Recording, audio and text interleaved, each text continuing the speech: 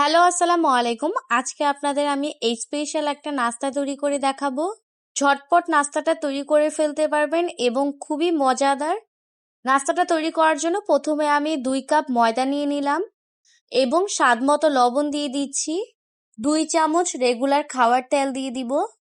সাধারণত আমরা রুটির খামির জন্য যে খামিটা তৈরি করি সেটাই আমি তৈরি করছি। তার জন্য এখানে আর এক্সট্রা কিছু দেওয়ার প্রয়োজন নেই। এখন আমি রুটির জন্য প্রথমে খামিটাকে রেডি করে নিব। সবকিছু দিয়ে একটু হাত দিয়ে মিশিয়ে নিচ্ছি এবং এখানে আমি 1 কাপ পরিমাণ পানি ব্যবহার করব। তার জন্য একটু অল্প অল্প করে দিয়ে নিচ্ছি। পানিটা যদি একেবারে দেই তাহলে অনেক সময় পাতলা হয়ে যায়। তার জন্য আমি একটু একটু করে দিয়ে নিচ্ছি। আপনারাও একটু একটু করে দিয়ে নিবেন। এতে করে আপনাদের সুবিধা হবে খামিটাকে মাখাতে। 1 কাপের একটু কম পানি লেগেছে। আমি এখানে আর পানি ব্যবহার করছি না। হাত দিয়ে খামিটাকে ভালোভাবে মাখিয়ে নিচ্ছি। অবশ্যই ভালোভাবে মাখিয়ে নিতে হবে, এতে করে রুটিটা কিন্তু অনেক সফট হবে। মাখানো হলে আমি 1 চামচ আবার তেল দিয়ে দিচ্ছি। তেল দিয়ে সামান্য একটু মেখে নিব আবার।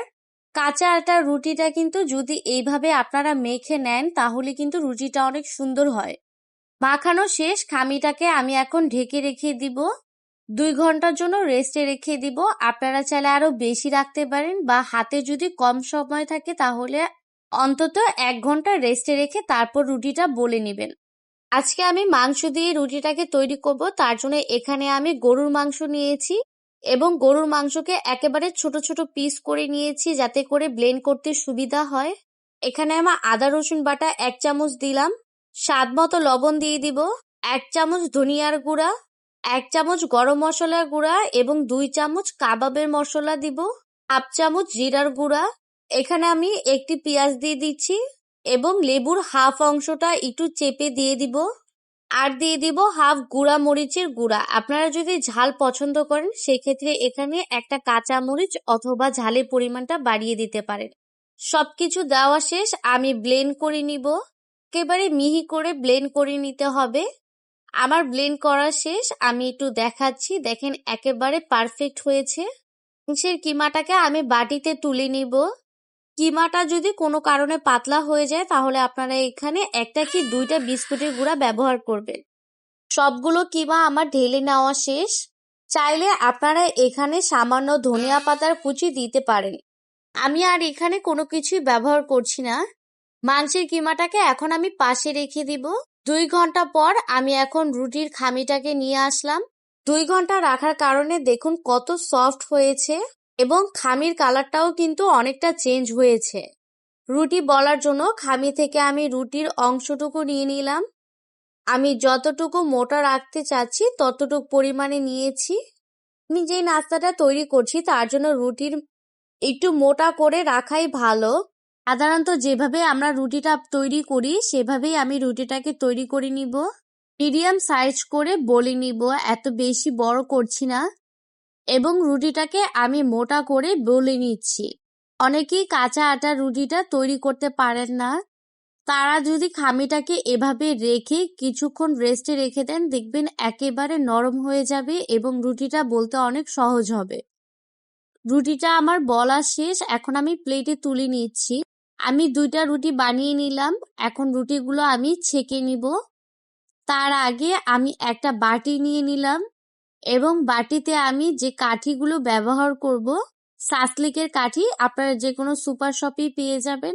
এই কাঠিগুলোকে আমি কিছুক্ষণের জন্য ভিজিয়ে রাখবো। তার জন্য একটু পানি ঢেলে দিলাম কাঠির মধ্যে।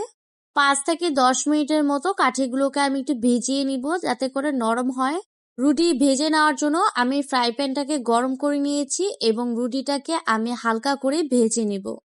এত কড়া করে ভাজতে যাবেন না, তাতে করে কিন্তু যখন আমি আবার তেলে ভাজবো তখন কিন্তু অনেক কড়া এবং শক্ত হয়ে যাবে। হালকা করে ভেজে নিচ্ছি যাতে করে কাজের সময় রুটিটা ছিঁড়ে না যায় অথবা সমস্যা না হয়।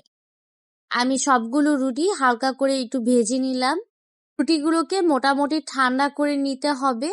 রুটিগুলো ঠান্ডা হলে আমি যে কাঠিগুলো ভিজিয়ে রেখেছিলাম সে কাঠিগুলোকে আমি একটা টিস্যু পেপার দিয়ে মুছে নিব। একেবারে শুকনা করে নিতে হবে যাতে কোনো পানি না থাকে। চাইলে আপনারা কোনো কাপড় দিয়েও মুছে নিতে পারেন। রুটিগুলো সাইডে রেখে দিব এবং আমি একটা বাটি নিয়ে নিচ্ছি। সেখানে 2 চামচ ময়দা দিয়ে দিব এবং অল্প পরিমাণ পানি দিয়ে গুলিয়ে নিব। একটু ঘন করে গুলিয়ে নিতে হবে যেন আঠালো একটা ভাব থাকে, রুটির সাথে যাতে আটকে থাকে, তার জন্য এইটা গুলিয়ে নিচ্ছি আমি। দেখুন কত ঘন করে গুলিয়ে নিয়েছি এবং সাইডে রেখে দিব। প্রথমে আমি একটি রুটি নিয়ে নিচ্ছি।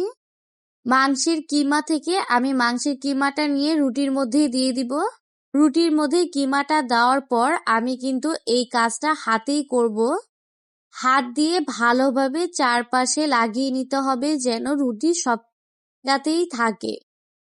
একটু একটু করে দিয়ে রুটির চারপাশে মাখিয়ে নিতে হবে এবং যে অংশগুলো ফাঁকা থাকবে সেই অংশগুলোকেও কিমা দিয়ে ভরাট করে নিতে হবে। খালি অংশগুলোতেও আমি মাংসের কিমা দিয়ে দিচ্ছি যাতে করে ফাঁকা না থাকে। একটু চেপে চেপে বসিয়ে দিবেন, এতে করে আর বের হয়ে আসবে না।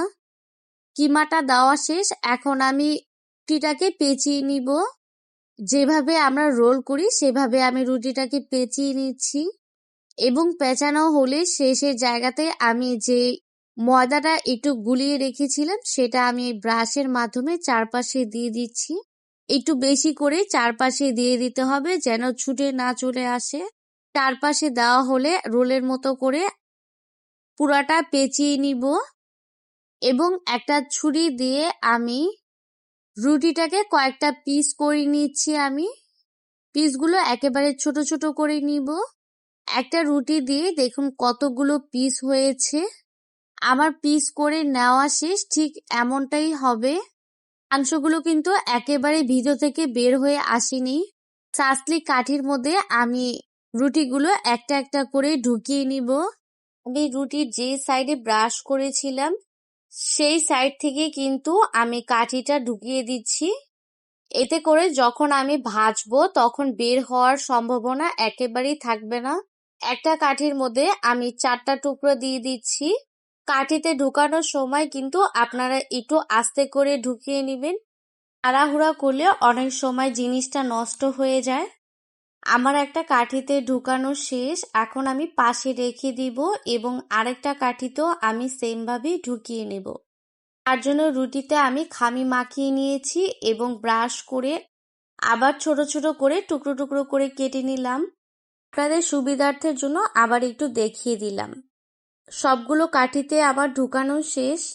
দেখুন কত লোভনীয় হয়েছে দেখতে। এখন আমি এগুলোকে ভেজে নিব। তার জন্য আমি একটা ফ্রাই প্যানে তেল গরম করে নিয়েছি। তেলের পরিমাণটা একটু বাড়িয়ে দিবেন, রুটির মাঝামাঝি যেন তেলের পরিমাণটা থাকে। চুলার আঁচটা কম রেখে তারপর ভেজে নেবেন, এতে করে ভিতরে মাংসটা ভালোভাবে সিদ্ধ হয়ে যাবে। 5 মিনিটের মতো রেখে আমি রুটিগুলোকে উল্টিয়ে দিচ্ছি।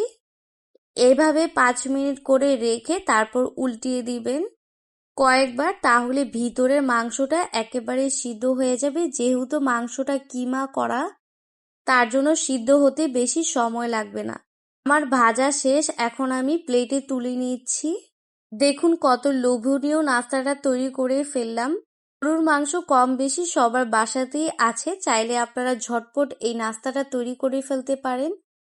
এই রেসিপিটা খুবই মজা, একবার হলেও ট্রাই করবেন এবং ভালো লাগলে সাবস্ক্রাইব করবেন, লাইক দিবেন। আপনাদের ভিতরটাও একটু দেখাচ্ছি, দেখুন একেবারে সিদ্ধ হয়েছে মাংসটা। ভালো থাকবেন, সুস্থ থাকবেন। আল্লাহ হাফেজ।